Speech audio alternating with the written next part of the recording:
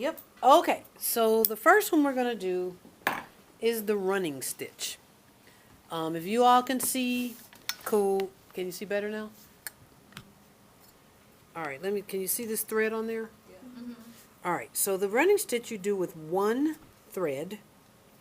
And again, lick your finger, pinch it, wrap it around. Wait, start over. Lick, wrap, and roll. And then pull it down. And you get a knot. The running stitch is emulating what the sewing machine does. Okay? You put it in and you go up, down. Can you see this? Up, down. So can you see that? Okay. So go in. They're about less than 1/8 of an inch big. Up, down, up, down.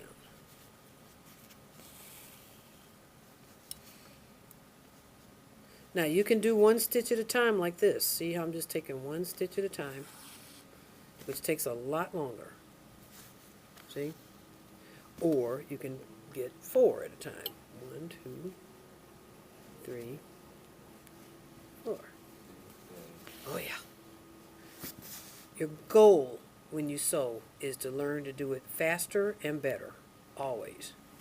Everything. To just not be bogged down.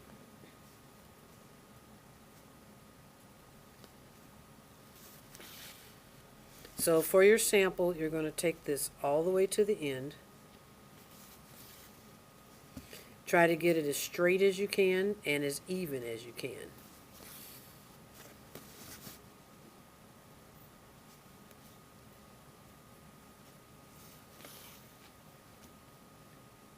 Now, what I will do on the Facebook page is post pictures out of the books that show you the same thing.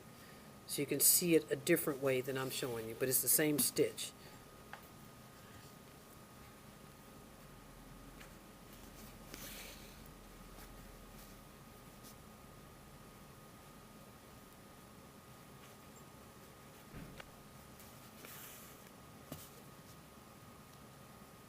So let's say, for instance, you're in your room and you rip your pants. You could actually sew it back together this way. If it was pants, I'd use 2 threads though. But this is where you need a quick fix for a 2-inch rip. And it's the exact same thing the sewing machine is doing. Now the way you knot it is you sew in the same spot. See how little that is? Over and over. So that's 1, maybe 3. 2, 3. And now it's knotted. And I can cut it. And that's the running stitch. Okay? Alright, the next one I'm going to do is the slip stitch, or what we call the whip stitch. And another book calls it the overcast stitch. It's all the same stitch. Let's call it the overcast stitch because one book calls the slip stitch something else. It's all interchangeable. It's like learning English. Depends on where you're from, is how it's used. Bubbler. Yeah. So, oh, God. I moved to Wisconsin and people ended sentences with the word yet. That just freaked me out. I'm like, what? And they didn't finish sentences like, do you want to go with us? They'd say, do you want to go with? With what? What are you saying? Yeah, it freaked me out. Okay, so the first thing I'm going to do is bury the knot. I'm bringing the knot up. I'm only sewing on this side. And I'm bringing the knot up so that it's inside between the 2 layers. Again, nothing can catch it and accidentally pull it out. Now what I'm doing, and these are going to be about 1/2 inch apart. What I'm doing is pricking my finger. Barely, see, I went through and I stuck my finger on this side. That's when I know it's time to go up. Okay? So I go through, prick my finger, come up. 1/2 inch later, prick my finger again, come up. So what I'm trying to do is get one stitch. So you see on this side, you see nothing. That little brown thing's not a stitch. That's actually a flaw in the fabric. See, there's my stitch. See how you can barely see it? That's what a hem is. So you can do this on your skirt. Prick my finger, come up. Prick my finger. See on the needle, only one thread is picked up. Can you see it? if I take this out of the way, back here, only one thread is picked up. That means you're not going to see it from the front. I'm also traveling towards myself, but it doesn't matter which direction you go. You can go towards yourself. Some people like to sew away from themselves.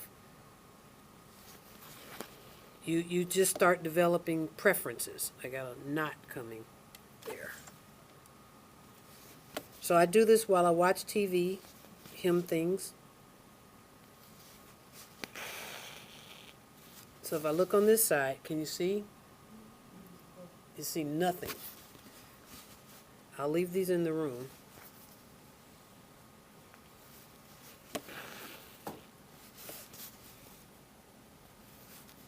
Get all the way to the end. And again, it's about a ½ inch so that nothing, if you're putting the skirt on and your heel catches in it, that's why it rips and you end up ripping your hem out.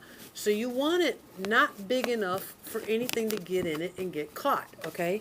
If it's too small, you'll see the stitches because they're just too close together. So I've just learned that about ½ inch is a good distance. They can be slightly closer, but no further apart. All right, so let's get, how close do you do them, Shannon? I normally do the X stitch. Oh, the cross catch? Yeah. So, I'll but show. that's about the same. That one's going to make them cry. Okay, so I'm at the end. Again, I just sew in the same spot about 3 times. So did you all notice I loaded this with thread? I've already done 2 samples and put my hook and eye on. You want to put enough thread to do some stuff so you're not rethreading every 5 minutes.